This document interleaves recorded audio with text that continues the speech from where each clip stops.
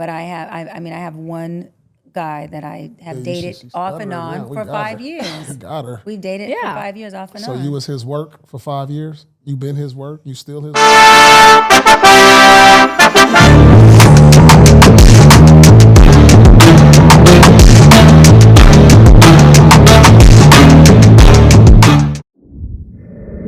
Hello everyone and welcome back to my channel. Don't forget to like, share, and subscribe. Today we're going to be talking about Dr. Cheyenne Bryant, the relationship guru that's came on the scene a couple of years ago and has recently gone viral for her exposure.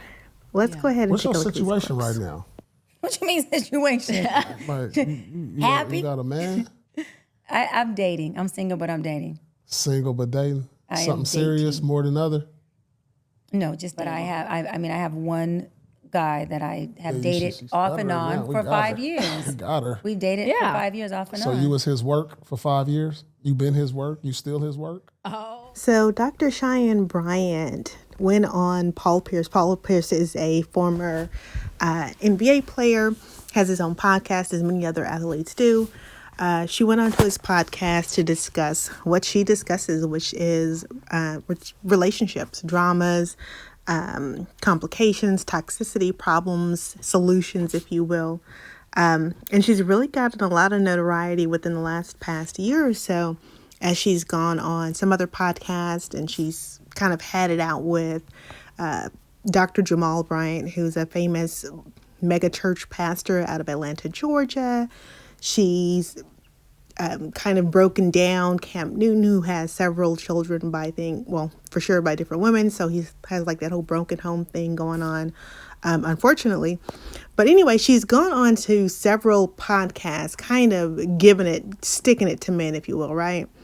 She's not, bad looking, and so she's kind of the answer to a guy, and I never watched him, but I am aware of who he is, who unfortunately passed away, by the name of Kevin Samuels. So from what I'm gathering, for what a lot of people have said over the years, is Kevin Samuels has been like a guy that a lot of black women feel hated black women. He always demeaned black women or things of that nature. Some people say he was just being honest or brutally honest. And then here she comes along, this unicorn, this beautiful, intelligent woman. She's, educated, doesn't have any children, aesthetically and on paper, like everything that a eligible or high value, I think that's the term they use now, how high value man and or black man would want. And so she has been given a lot of relationship advice. And then she went on, and no one, I guess, was really asking her the hard-hitting questions for her own personal life. So she goes on to Paul Pierce, and he asked the questions that I think should have been the first question asked on anyone's podcast is, what's your relationship status? If you are giving relationship advice, you're an expert, you're a doctor, PhD in the matter, what is your relationship status? So she goes on to say that she's single, has been single, never married, doesn't have any children, and has been dating off and on, dating, screwing, however you want to put it, some guy on and off for the past 5 years. Now, I'm not going to judge her for being a woman of a particular age with no children and never been married. But I do think that if you are someone that's giving a relationship advice, that you should have been married or should be married or should have children. You know what I mean? If you're speaking to this particular topic, I wouldn't want to if I'm building a 8-9 figure business, I'm not going to talk to someone who's never owned a business about it. I mean, not saying that they don't have great ideas, but you can't tell me how to build it because you've never built it.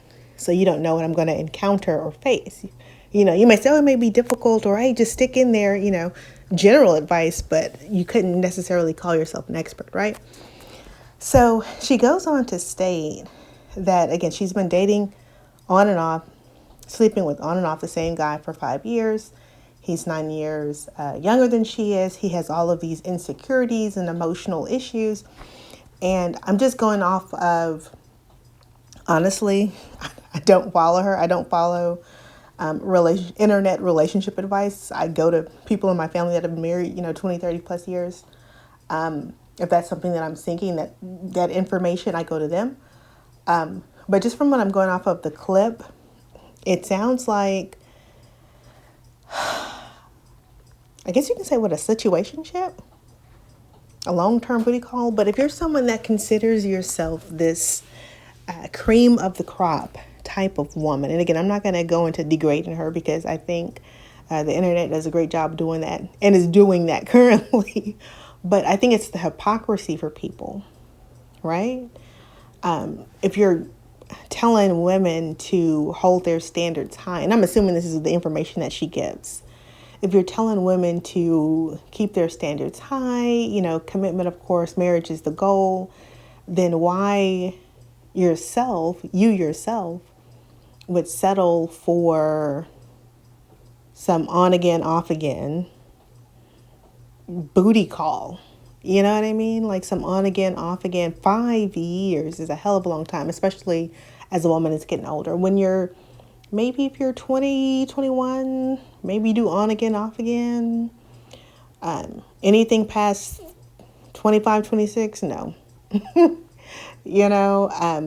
I'm giving it some years. No, either we are or we aren't, right? Either we're going to commit and move forward together, or we're going to, separate and go our separate ways and figure it out.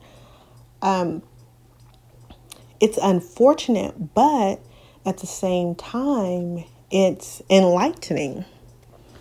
Because from what I sense, from what I've heard she says from other podcasters, right, or other content creators, or little clips that I've seen on Instagram and just vaguely paid attention to, because again, I've known deep down, like, you don't get relationship advice from internet gurus. I'm sorry, I hate to say it, but the majority of these people are not married, have never been married, or don't have healthy relationships. You go to people that have that for that advice, I hope that, and they say single women keep single women single, and I could see that. I hope that any woman that's listening to her or follows her or has been paying for, I guess, these expensive courses that she has, that they kind of find and look within themselves. And men too. At the end of the day, I'm going to give you the biggest relationship secret that I've heard, is that to have a great relationship, you have to actually want to be in one. You have to actually want to be in one.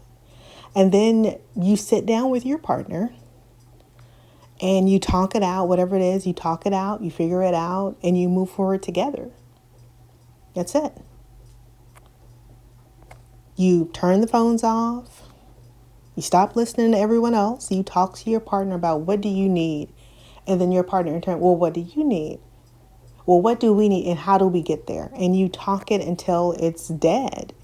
You get to the itty bitty root, all the way down, through the ugly stuff, to make your relationship work. And that doesn't include people. What I've seen, and I'm just going to speak to this whole black love, black relationship drama, black toxicity that's been going on for probably the past, 7 years or so. Well, let me take it back further than that. What started this whole grifting of black love and black relationships is there were a lot of issues within the black communities, and people were trying to figure out, mainly black people, what's going on and why can we make our relationships work? Why do we have all of these single parent households?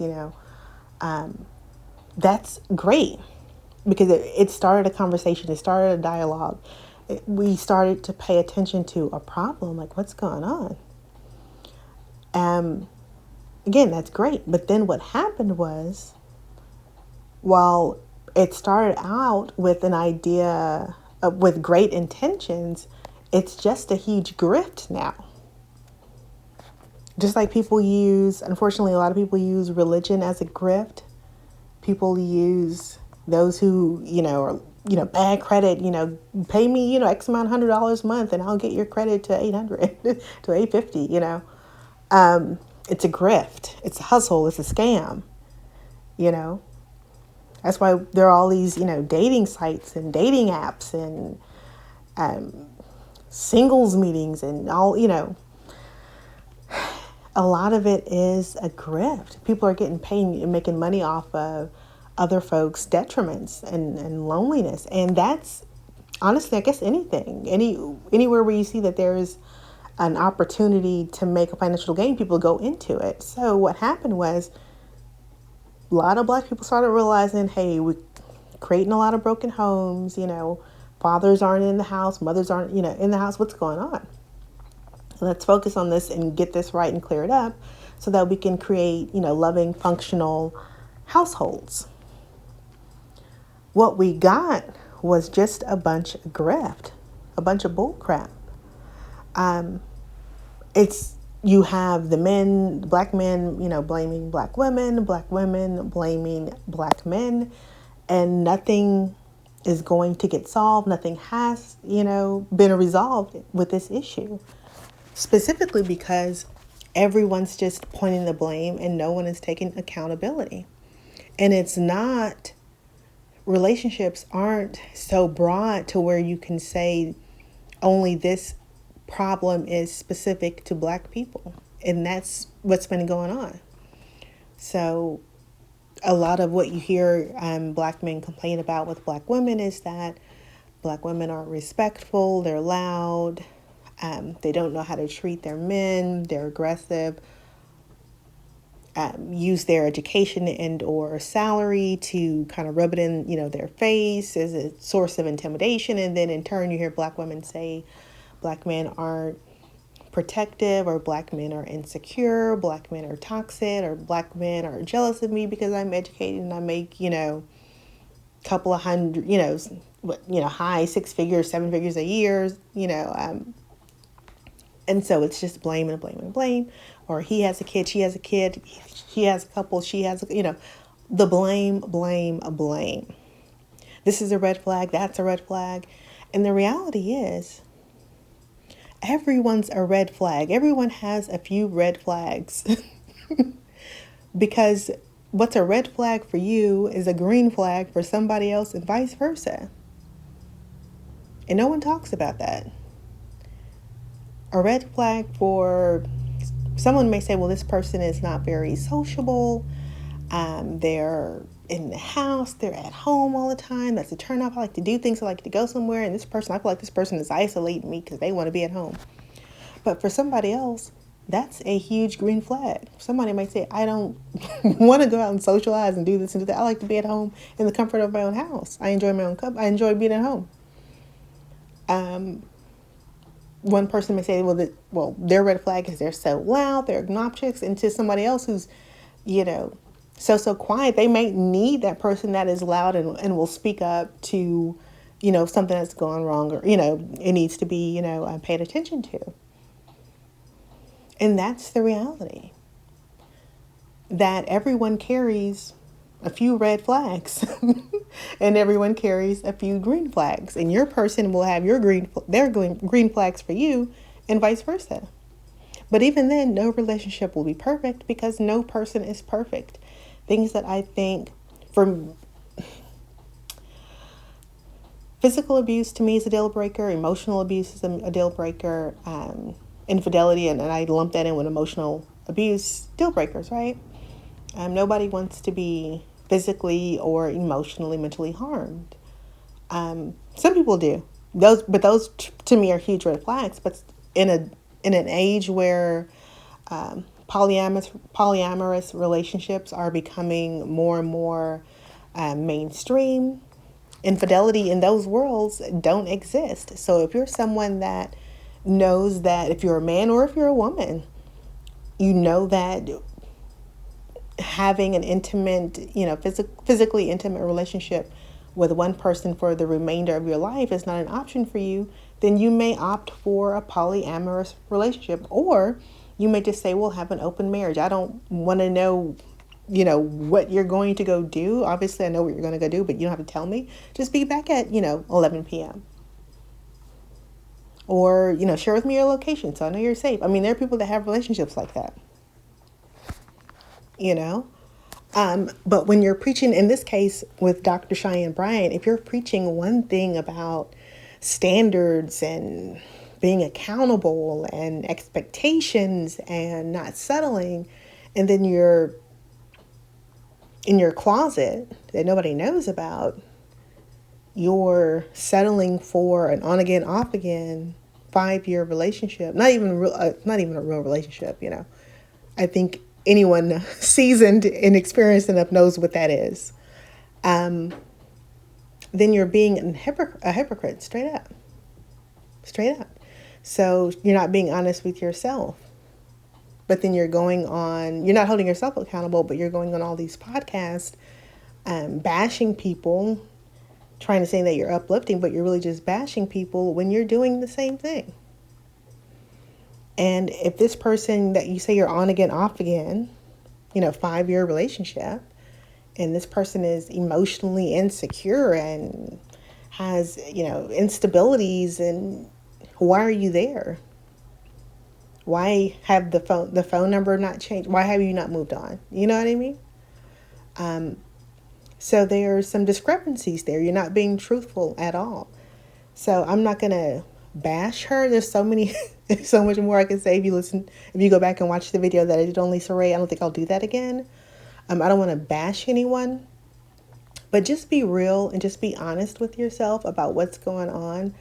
But like I said, a lot of this stuff with Black love and Black relationships, it's just a grift. It's a hustle. It's a scam.